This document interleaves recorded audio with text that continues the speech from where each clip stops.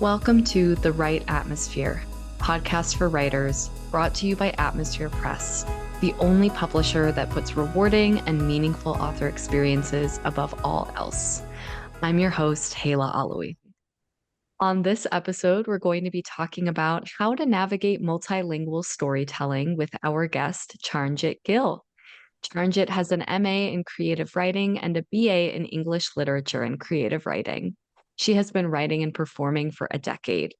Her work has been published in 12 poetry journals, including London Spoken Word Anthology 2015 to 2016 by Goog Press, Typishly, Minerva Rising Press, From Whispers to Roars, KYSO Flash, Ghost City Press, San Fidel Press, Starfeather Publishing, Poet's Choice, The Road to Nowhere, Domination Magazine, and Brownie's Verse.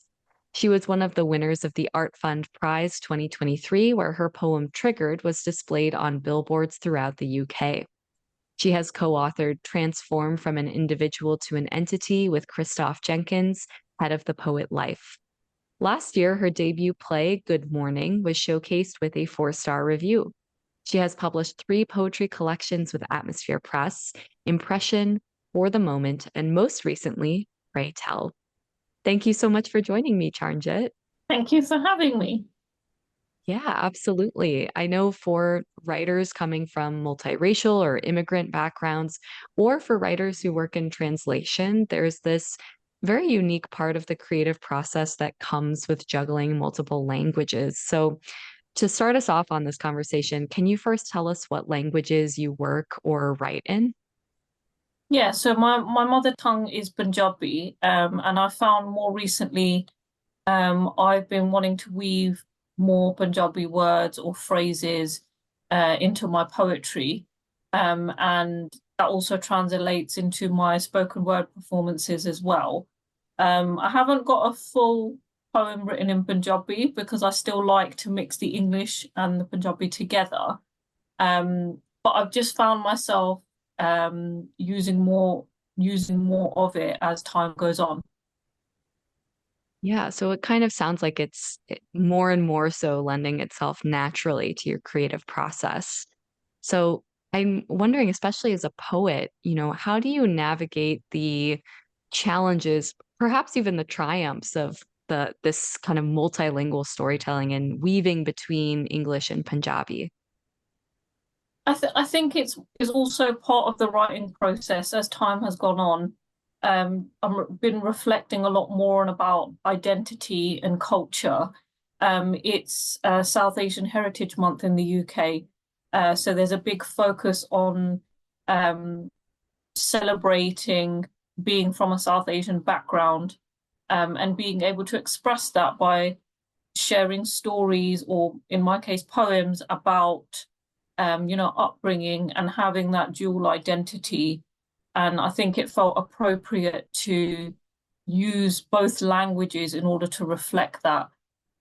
It's the most honest form of expression in that sense. And it can be navigating it can be it so far has been quite a positive experience.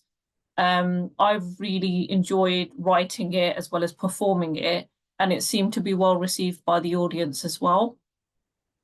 Yeah, I can imagine. I mean, you mentioned the communities that are interested in that kind of work, but also that can relate to it. And I can imagine, there's one community which is let's say, uh, currently indigenous people of a land. And then there's one community that are first generation immigrants to a land. But then that second generation or first or second generation, depending on how you define it, it's a very Mm. unique experience. You're part of both cultures, and combining them is an unusual thing that, unless you're in that community, can be very difficult to understand, I find. So, where do you find the audience for your work? Are you finding that it's particularly other people with very similar experiences to yours, or have you been surprised by a response outside of that? I mean, I think the most recent performances I've done, as I've said, because it's South Asian Heritage Month, a lot of those have majority South Asian audiences, which means there is there is a higher chance that people will understand the language or the references that I'm Mm. making. So it is well received in that sense. It's also it's surprising in a way that I try to use humor as well, and it's nice to see that it lands with the audience and they appreciate the bits that are funny, they appreciate the bits that are very serious. It's still thought-provoking in a way.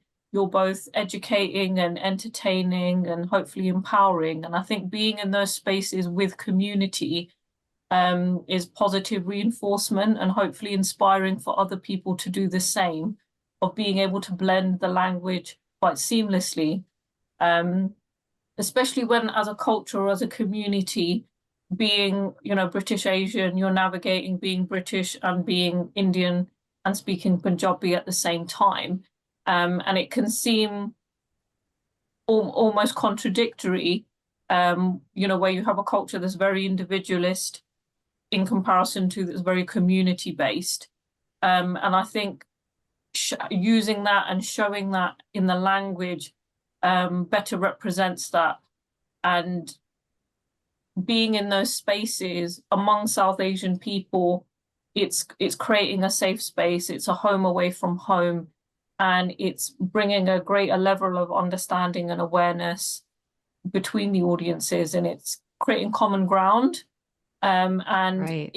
I think the thing that's surprising could be the other people have felt the same way or they've thought the same thing, and no one's really articulated it in that way. And those shared experiences make it a bit more validating and hopefully empowering. Right. Yeah, I think it's really kind of, I mean, it's very beautiful to hear that not only are the things that you might expect to land, those are landing, but also the things that maybe felt more like a risk or you just weren't sure if people shared in that experience are also, falling on people who completely understand that, or even if they don't, are willing to engage with that. I think that's really quite inspiring for the state of creativity and the future of it, at least. So I'm curious if you ever find yourself, are you trying to communicate a particular idea in one language, but then find that you need to communicate it in another? Or do you come across those kinds of hurdles as you're jumping between language to language? Or is it more so that having access to both languages actually makes that easier? I'd like to think it's a happy balance of both. The I guess it's also depends on the fluency of the language. And although I've spoken it since I was young, there's still words or phrases that you don't know or you don't quite get the translations of in the same way. But I think particularly in poetry, the individual words that you use or the individual phrases that you use have a much bigger impact. And I think sometimes it's easier to express that in Punjabi than it is in English, or you don't have a, par for par translation, or it just sounds better. And I know that when I'm performing it, it would resonate more. So the decision to use the language is dependent on how I want to express it. Sometimes expressing something positive or negative or funny can be done better in one language than another. It depends on the context of what the poem is about. Yeah, I can just imagine, I like how you put it, a happy balance of both. I can imagine how that kind of plays itself out in practice. I'm also, something I just would love to hear about is you mentioned there's this community aspect and it brings people together. I was just wondering if you could tell us a little bit more about the joys that you experience from specifically multilingual storytelling. Um, there's so many joys, and it's only being in those community-based spaces that you really discover them. And they're perhaps not as those sort of events aren't done as regularly. So it feels much more of a novelty. But when you are in those spaces, there's a shared sense of solidarity and struggle. So the theme for South Asian Heritage Month is roots to roots. So roots as in journeys and roots as in tree roots. And it's that blending of how we go from one to another. And being able to share and also listen to other people's stories and experiences and seeing how similar it all is. And I guess makes you feel less alone, that other people are going through the same thing. It's just someone else was more, was a bit braver in talking about it, or choosing to focus on one experience rather than another. But still finding, even if it is quite a negative or dark experience, still find a way of making it light and not necessarily palatable to the audience, but it's just reflecting it on a different way, that you do find that sense of joy in that darkness. Right. Yeah. I mean, community is the key way to make all things handleable, I guess you could say, or something you can overcome even the worst things. And of course, makes the joys even more joyful. Before we say goodbye to our guest, I'm happy to say that this episode is brought to you by Atmosphere Press, the only publisher that puts rewarding and meaningful author experiences above all else. Founded in 2015 by an author and PhD in literature, and devoted to serving authors through editorial, design, publication, and promotion, Atmosphere has sold tens of thousands of copies of their authors' books across 6 continents. Visit atmospherepress.com to sign up for Atmosphere's newsletter, The Launchpad, and to learn about submission opportunities, event news, and free book, publicity, and writing residency giveaways. So, Charnjit, where should our listeners go to learn more about you and your work? So you can follow me on Instagram at @cgillpoetry. You can also find me on LinkedIn at Charnjit Gill. I have copies of all 3 of my books available, which you can get either through my website, or the links are all in my bio anyway. And thank you so much for your time today. Yeah, thank you, Charnjit. This was really a beautiful just thing to explore, and I'm really glad we got to do that together. So thank you again, and thank you to all the listeners for tuning in. Thank you so much for joining us on this episode of The Right Atmosphere, the Advice for Writers podcast. If you liked what you heard, please leave a review and share this podcast with the writers in your life.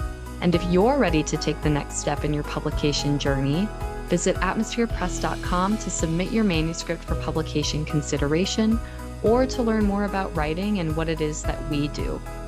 I'm Hala. Thanks for listening, and I'll catch you in the next episode.